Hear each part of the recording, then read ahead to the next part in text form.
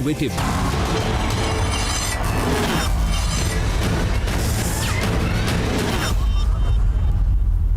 तो सीधी तस्वीरें आप देख रहे हैं रिया चक्रवर्ती एनसीबी के दफ्तर से बाहर आती हुई महिला पुलिसकर्मी उनके साथ नमस्ते किया उन्होंने वहां एक महिला पुलिसकर्मी को। ये सीधी तस्वीरें आप देख रहे हैं इस वक्त इंडिया टीवी पर, जहां आप देख रहे हैं कि गाड़ी में बैठ गई है रिया चक्रवर्ती। हालांकि नोटिस दे दिया गया है, समन कर दिया गया है, कल भी वापस हाजिर होना होगा एनसीबी के दफ्तर। आज 12 बजे आई थी और लगभग 6 घंटे से भी थोड़े ज्यादा का वक्त जब लंबी पूछताछ की गई रिया चक्रवर्ती से। आप देखिए सुबह जब वो 12 बजे दोपहर पहुंची थी तो काफी भीड़भाड़ थी, मीडिया ने चारों तरफ से घेर रखा था। लेकिन आज अभी आप देख रहे हैं इस वक्त काफी आराम से वो आके अपनी गाड़ी में बैठी हैं। नोटिस दे दिया गया है, समन कर दिया गया है, यानी कल एक बार फिर से रिया चक्रवर्ती को सवालों के जवाब देने होंगे एनसीबी के। 6.5 घंटे की पूछताछ के बाद रिया चक्रवर्ती नीचे उतरी हैं और रिया चक्रवर्ती अपनी गाड़ी में बैठ गई हैं। कैमरामैन विमल सिंह के साथ जयप्रकाश सिंह, इंडिया टीवी, मुंबई। तो तस्वीरों में आप देख रहे हैं वही गाड़ी जीप जिसमें वो दोपहर 12 बजे आई थी, अपनी ही गाड़ी में बैठकर आई थी और अब फिर वापस अपनी गाड़ी में बैठ के जा रही हैं। गुलाबी कलर का कुर्ता पहने हुए महिला पुलिसकर्मी हाथ जोड़कर उनका नमस्कार किया और फिर सीधे अपनी गाड़ी में बैठी है। जयप्रकाश सिंह हमारे संवाददाता इस वक्त हमारे साथ। जयप्रकाश, हमने दोपहर में देखा था काफी भीड़ भाड़ थी, मीडिया ने घेर रखा था, लेकिन इस वक्त काफी आराम से वो अपनी कार में बैठी और चली गई।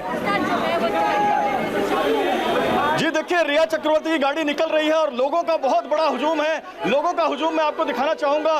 कम से कम 400 से 500 लोग यहां पर मौजूद हैं और तेजी से रिया चक्रवर्ती की गाड़ी जो है निकल रही है। रिया चक्रवर्ती करीब 6.5 घंटे बाद अपनी पूछताछ का दायरा खत्म करके निकल चुकी है नारकोटिक्स कंट्रोल ब्यूरो की गाड़ी से के दफ्तर से, और अपनी गाड़ी में जो उनकी गाड़ी है जीप, उसमें रिया चक्रवर्ती निकली है और साथ में पुलिस की गाड़ी जो है वो भी पीछे कॉर्डन ऑफ कर रही है, स्पॉट कर रही है और लगातार 3 पुलिस की गाड़ियों के साथ रिया चक्रवर्ती की गाड़ी निकल चुकी है।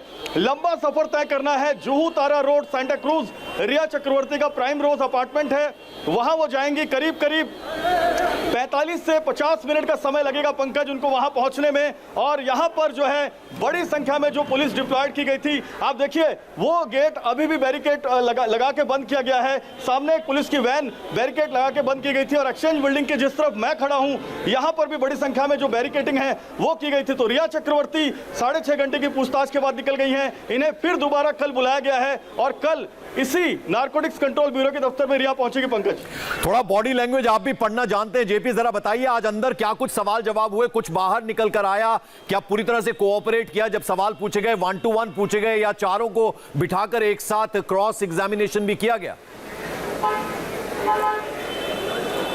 बिल्कुल पंकज, क्रॉस एग्जामिनेशन भी हुआ है, 1 to 1 सवाल भी हुआ है। रिया चक्रवर्ती ने माना है कि वो ड्रग के लिए शौविक को बोलती थी। रिया चक्रवर्ती ने माना है कि उन्होंने सैमुअल को कहा था, दीपेश को भी कहा था, लेकिन रिया चक्रवर्ती का ये कहना था सब सुशांत सिंह राजपूत के लिए मंगाया गया था और ये जो ड्रग है वो सुशांत सिंह राजपूत जो है उनको कंज्यूम करना होता था, उन्हें लत लगी थी और उनकी लत को पूरा करना होता था, इसलिए लॉकडाउन में मंगाया गया है।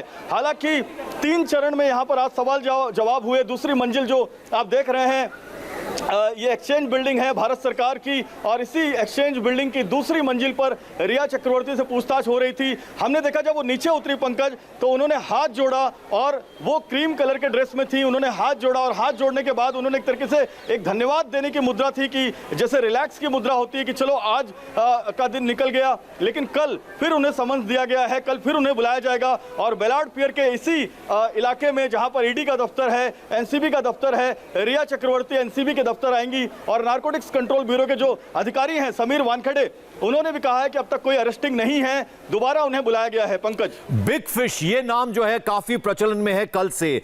जेपी, अगर गिरफ्तारी होती है रिया चक्रवर्ती की कल, तो फिर वो जो बाकी नाम है बॉलीवुड में जो जिस तरह से ड्रग नेक्सस है वो काफी सामने आएंगे उसमें नाम।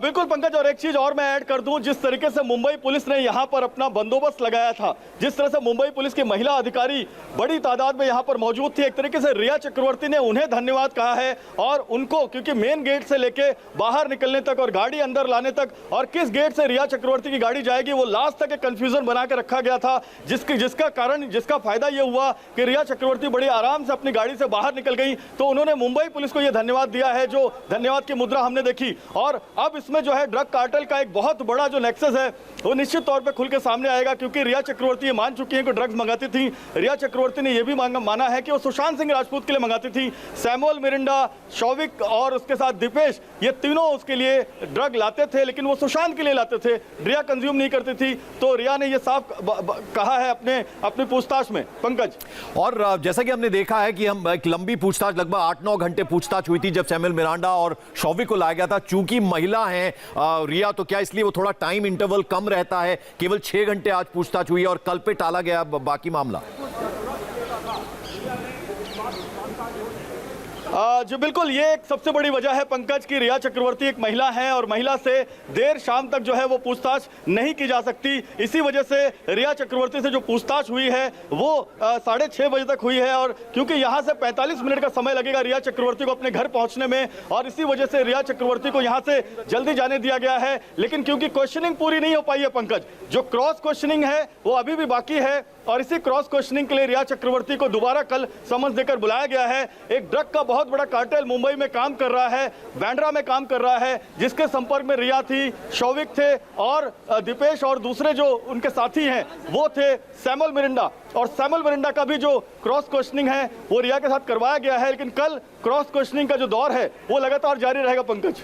और हम देख रहे थे कि आज डीआरडीओ गेस्ट हाउस में भी लगातार पूछताछ चल रही है। मैं आपके पास लौटूंगा, तस्वीरों में आप देख रहे हैं रिया चक्रवर्ती लगभग 6 घंटे पूछताछ चली, और उस पूछताछ के बाद वो एनसीबी दफ्तर जो 3rd फ्लोर है वहां से बाहर निकलकर आती हुई ये तस्वीर है। जैसे ही बाहर निकली उन्होंने एक महिला पुलिस कर्मी को हाथ जोड़कर नमस्कार कहा और फिर सीधे अपनी वो जो जीप कार है उनकी उसमें जाकर वो बैठ गई जीप गाड़ी में। और आप देख सकते थे कि जब दोपहर 12 बजे आई थी तो काफी भीड़ थी, लेकिन अब इस वक्त जो है काफी आराम से वो निकली एनसीबी के दफ्तर से, अपनी गाड़ी में सवार हुई और घर के लिए निकल गई। लगभग 19 किलोमीटर का फासला है एनसीबी दफ्तर से रिया चक्रवर्ती के घर तक का। तो अब कल फिर बुलाया गया, यानी समन किया गया, कल वापस आना होगा रिया चक्रवर्ती।